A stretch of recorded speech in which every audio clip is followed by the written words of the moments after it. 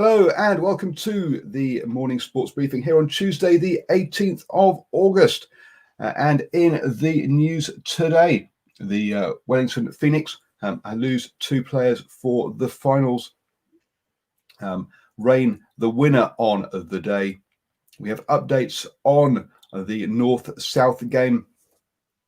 The NBA finals have started. Team Smoothie stay first, but the leaders narrowed in the Winter Games NZ. Scott Dixon has qualified for the Indy 500.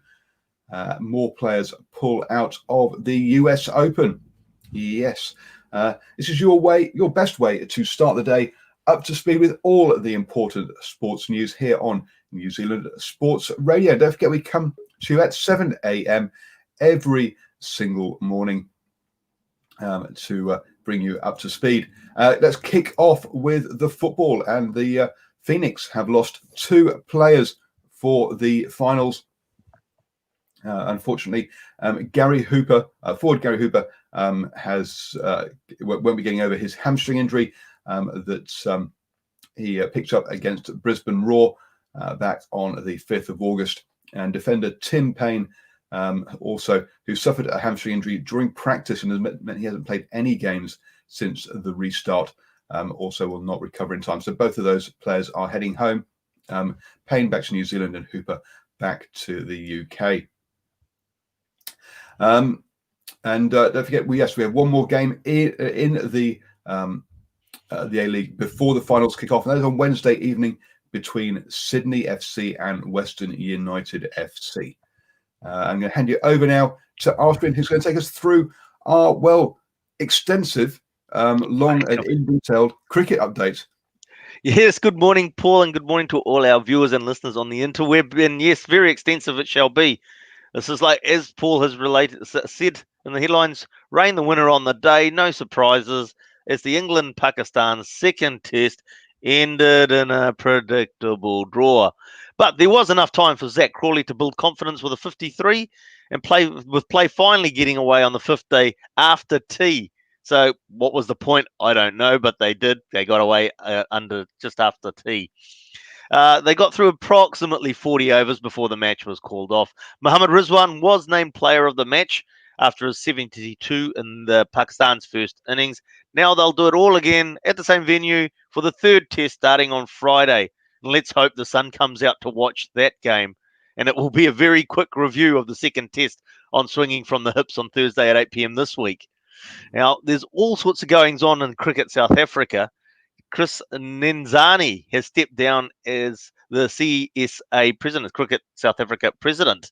He left hours after sacking of its chief operating officer, Nasai Apaya, and the day before the men's national squad was going to get together in a cultural camp.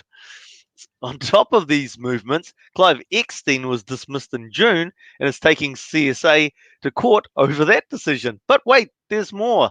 Suspended CEO Thabang Moreau met with CSA last week, but they were unable to come to a resolution on that situation, so that carries on as well. So a right big royal mess in Cricket South Africa at that board level and management level going on at the moment. And later today, the CPL, the Caribbean Premier League, will get underway. It will be a quiet affair compared to previous editions, with no crowds at the games, and all of the games will be played at just two venues.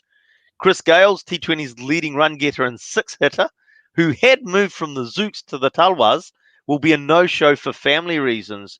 And also just a reminder that the IPL will get underway on September 19th.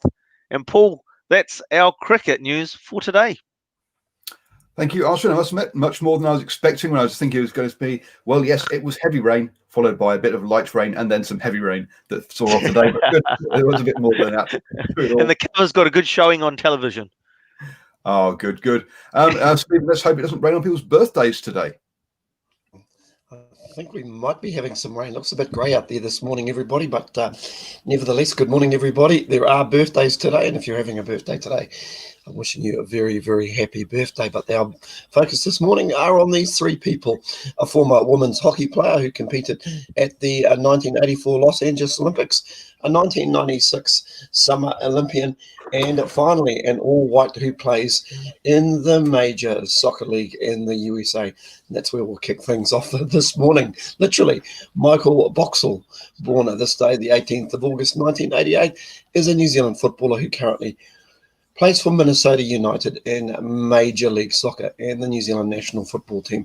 Boxall has represented New Zealand at various international levels. His debut with the national setup was with the junior All Whites under-20s, in which he made 14 appearances with no goals. During this time, he appeared in the 2007 Under-20 World Cup OFC qualifying tournament and ultimately the 2007 FIFA Under-20 World Cup. He played in all three Under-20 World Cup games before New Zealand were knocked out. Moving right along, Jonathan Winter, born this day, the 18th of August 1971 in Masterton, is a member of the Ngai Tahu Māori tribe and former backstroke swimmer from New Zealand who competed at the 1996 Summer Olympics in Atlanta, United States for his native country.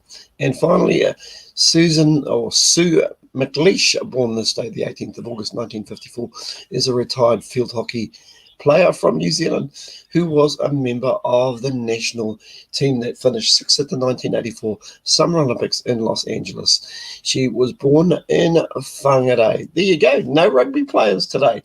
Back to you, Paul. Be back shortly with league news. No rugby players, eh? Wow. So there you go, folks. Yes, we try and cover all sports, not just rugby. And don't forget, yes, you can join us in the live chat here on New Zealand Sports Radio with the morning sports briefing over on our Facebook page. So good morning to Nicola, who has joined us today.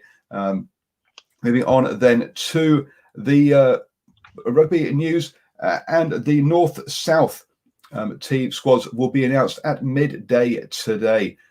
They were originally planning on getting together and training in Auckland, but that's has obviously the COVID has put a stop to that, and they will be meeting and training down in Wellington. Obviously, New Zealand Rugby is going through the government processes to get exemptions for players who are based within the level 3 area to get out for that. They're still planning to go ahead with the game in Auckland, but have a contingency plan to play the game in Wellington. They're planning to make a decision on Friday when the government gives an update on what the plans are for the COVID levels. Also, with Super Rugby Aotearoa having finished, we got together last night on the Driving Mall show and came up with our Super Rugby Aotearoa 15. So if you want to check that out, I've posted it on on our Facebook page. So yes, the New Zealand Sports Radio official Super Rugby Aotearoa 15 has been posted up there, and you can listen to our discussions around that with either on on iHeartRadio, Spotify, iTunes. Just search for New Zealand Sports Radio and download the podcast. I'm going to hand you back to Stephen, who is going to take over is going to take us through the NRL update. Oh, thank you, Paul. Well, there's one major story around this morning. We know all the sacrifices the Warriors have made in 2020 to make the NRL happen, but guess what? The Warriors are now in sponsorship strife with the league informing the club Vodafone can no longer be its naming rights sponsor, reports the New Zealand Herald. Vodafone has sponsored the Warriors for the past 22 years and still has 2 more years on its current contract, but it has been informed that the deal can no longer go on in its current guise due to telecommunications exclusivity clause in favour of Telstra, the NRL's major sponsor. Telstra has reportedly had this right since 2015. The New Zealand Herald reports Vodafone will not be involved with the club in any shape if it does not retain the naming rights, meaning the Warriors could be seeking more than $1 million a season walkout of the door. The Warriors have been advised their naming rights deal with us is a conflict with the game-wide rights of Telstra. The publication quoted a Vodafone insider. The NRL aren't going to grant an exemption beyond the current season. All they offered was a derisory non-naming rights option as an alternative. We're gutted. The NRL has told us our name isn't welcome. This feels like another example of the Warriors getting the rough end of the stick. Signs the Warriors sponsorship deal was in danger first appeared when the NRL demanded the club took down the Vodafone branded goalpost protectors at the training ground in Gosford. The NRL's acting chief executive, Andrew Abdo, told the New Zealand Herald the situation was unfortunate. Wow. Telstra has been the naming rights partner of the Premiership for a long period of time and invests significantly in the game. Abdo was quoted, all clubs benefit from this investment. He claimed the NRL had been working with the Warriors for years around the conflict of interest, and that exists in its sponsorship deal. It's unfortunate that the Warriors and Vodafone had not been able to come up with a mutually beneficial solution, despite the NRL working closely on a potential options to try and retain Vodafone as a partner for the Warriors. So what an interesting story. I just kind of wondered when the Warriors negotiated to stay in this competition for 2020, maybe they should try to have negotiated this particular piece in pretty much what they were trying to achieve at the end of the day. I do feel a little bit for them, but it wouldn't be the same not calling the Warriors or the Vodafone Warriors anymore. Mighty Vodafone Warriors. Yeah, the mighty Vodafone Warriors. I mean, to say maybe I don't even think the Mad Butcher's got enough money to probably maybe they can call them the Mad Butcher Warriors or something like that. I don't. It'd be just, wouldn't it, if they with the biggest supporter being the naming rights sponsor. Really crazy. Yeah, they've got. You do think that the Mad Butcher has to go for the Butcher Boys down in Wanganui. Wanganui, yes. So the Mad Butcher Boys would be much better sponsorship. I know he's done a lot of sponsorship at local level. I know with the local clubs in Auckland here, I suppose. And just one other quick league story as well. Obviously, Kevin Proctor, we spoke about him yesterday on a biting charge. He's looking to fight that particular charge moving forward. So it'll be interesting to see how that plays out. And that's very much it in terms of league stories today. Look out for its team naming Tuesday for all the NRL clubs for the upcoming games in round 15. Thanks, guys. I'll be back tomorrow. And do join us on Wednesday evening at 8 p.m. for the standoff show, where they'll be going through all of the NRL and Super League news. Guess we get rugby league fix then. And this evening, do join us for the basketball show at 8 p.m. that Daniel will take us through. And the finals have started today. Currently, we have the first game being played. It's into the third quarter. There with between the Jazz and the Nuggets. The Nuggets went out to an early lead in the first quarter, but in the third quarter, the Jazz have fought back, and it is currently 70-all in that one. So it looks like it's going to be a cracker of a game to start their series over there. Steve Adams Thunder will be taking on the Rockets, and they'll start their series tomorrow at 10:30 a.m. But I say, do join us this evening for the basketball show at 8 p.m. where Daniel will take you through all of that. Moving on then to the Winter Games NZ that's happening down in the South Island. They had the Park Jam yesterday, and Team Smoothie did hold on to their lead. They've got on with 360 points, but Team Kuzma closed it up to just a top 20-point gap on 340 points. And Team Wells, yes, trailing at the moment on 240 points, but they have played their joker card for the Mountain Shred, and the Mountain Shred has still to be judged So Team Wales could definitely get back into this if depending on the outcome of that event. So yes, keep your eyes, folks, on the Winter Games NZ. You can follow all the action on their Facebook page. Over to the IndyCar then, and Scott Dixon has put himself in a good position for the Indianapolis 500 by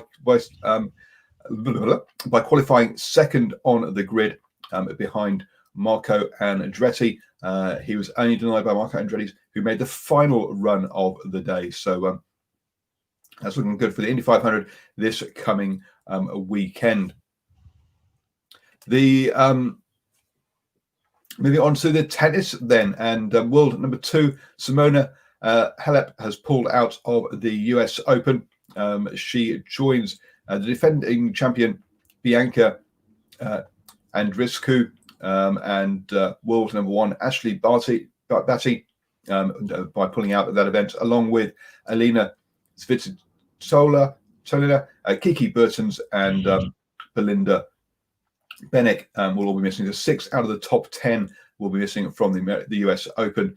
Serena Williams will be there, along with Naomi Osaka and Sophia Kenin, and also Carolina Pliskova will be playing in that event. So yes, some issues. So yeah, it's going to be definitely a reduced field for the US Open this year. You have now started the day the best way, up to speed with all of the important sports news. They're going to join us at 7 a.m. every single morning for the morning sports briefing. And also, if you don't catch us live, you can listen to the recording on iHeartRadio, Spotify, iTunes, all those are wonderful places. Just search for New Zealand Sports Radio.